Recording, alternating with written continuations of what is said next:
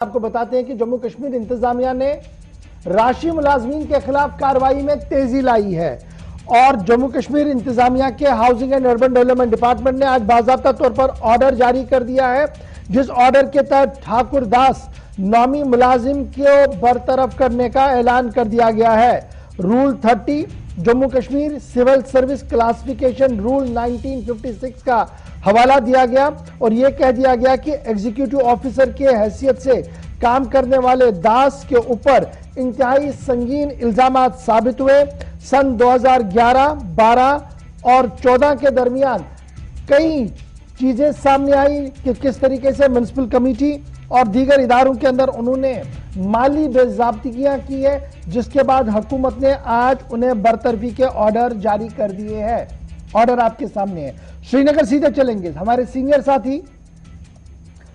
सनम एजाज इस वक्त हमारे साथ है, जो इस खबर पर मजीद तफसीलात के साथ रोशनी डालेंगे। सनम, पहले हम देख रहे थे कि एंटी मिलिटेंट ऑपरेशन को देखते हुए या मिलिटेंसियों के हमायत के अंदर हम देख रहे थे कि किसी न किसी तरीके से सरकार आर्टिकल 311 का सहारा लेकर मुलाजमीन को बरतरफ करी थी, लेकिन अब साथ साथ डेडवुड और डेडवुड के साथ साथ करप्शन में जो लोग मुलविस हैं उनके खिलाफ कार्रवाई शुरू हो गई है और आज पहला ऑर्डर इसका देखने को मिला housing and urban development department में, जहां पर मुलाजिम को बाहर का रास्ता दिखाया गया है और पिछले कई महीनों से लगातार इंक्वायरियां और लगातार जो डिपार्टमेंटल प्रोसेस था वो चल रहा था। बिलाखिर आज ऑर्डर सामने आया।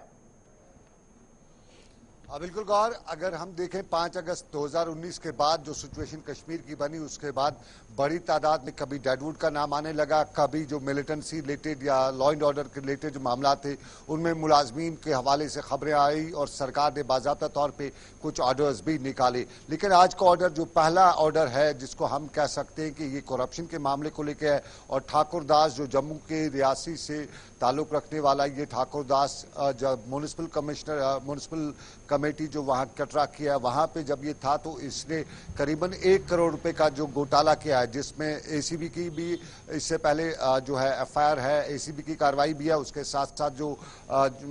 जो कमीशन है उस कमीशन की भी कार्रवाई है और कुल मिलाकर अगर देखा जाए तो अकाउंटेबिलिटी कमीशन का जो रिपोर्ट है उस रिपोर्ट में साफ तौर पे देखा गया है, जो उसने रिपोर्ट दिया है कि ये करप्शन में मुलविस है। उसके बाद आज पुलिस ने या एडमिनिस्ट्रेशन ने कार्रवाई की है, तो साफ जाहिर है पहली ऐसी कार्रवाई है। इससे पहले भी इस तरह के मामला जो होते थे जिनमें कई बार कुछ लोगों पे वो जो एसीबी का उसकी कार्रवाई करती थी या उसके साथ साथ तब विजिलेंस कॉर्पोरेशन हुआ करता, विजिलेंस डिपार्टमेंट हुआ करता, वो जब किया करते थे, लेकिन तब यूजुअली देखने को मिलता था कि प्रोसिक्यूशन को परमिशन नहीं मिलता था और यूं करप्शन के केसेस होने के बावजूद भी लंबी लड़ाई तो लगती थी, लेकिन वो लंबी लड़ाई सिर्फ दफ्तर में रहती थी, उसका प्रैक्टिकल कोई नतीजा नहीं आता था। लेकिन आज ये पहला केस है और उस केस में सरकार ने बाज़ाब्ता तौर पर टर्मिनेशन के ऑर्डर जो ठाकुर दास है, ठाकुर दास के खिलाफ टर्मिनेशन के ऑर्डर्स जारी किए हैं और साफ जाहिर है अब हम कह सकते हैं कि करप्शन के खिलाफ भी जो जम्मू कश्मीर की सरकार दावे करती है उसमें कहीं न कहीं अब सरकार जो है सामने आ रही है। लेकिन लगभग 3 साल के उर्से में ये पहला केस है और 3 सालों तक लगातार सरकार बता रही थी कि कश्मीर में सारे जम्मू कश्मीर में सारी जो बुनियाद या फसाद की जड़ है वो करप्शन है, लेकिन करप्शन के खिलाफ केसों में उतनी कार्रवाई या उतनी पहल देखने को नहीं मिलती थी। अगरचे एसीबी या दूसरे इदारे रेड हैंडेड भी पकड़ते थे, छापामारी भी करते थे, लेकिन करप्शन के केसेस में ये पहला केस है जिसमें सरकार ने कार्रवाई की है। सनम, यह भी माना जा रहा है कि housing and urban development department ने ये शुरुआत जब की है, ठाकुर दास को बाहर का रास्ता दिखाया है, इसके साथ साथ श्रीनगर से भी जो इंक्वायरियां चल रही हैं कुछ म्युनिसिपल कमेटियों के अंदर, वहां पर भी संगीन तरीन बातें सामने आई हैं और शायद वहां पर भी इसी तरीके का ऑर्डर सामने आएगा और ये जो सर्विस रूल 1956 का है, रूल 30, उसका इस्तेमाल यहां पर भी किया जाएगा।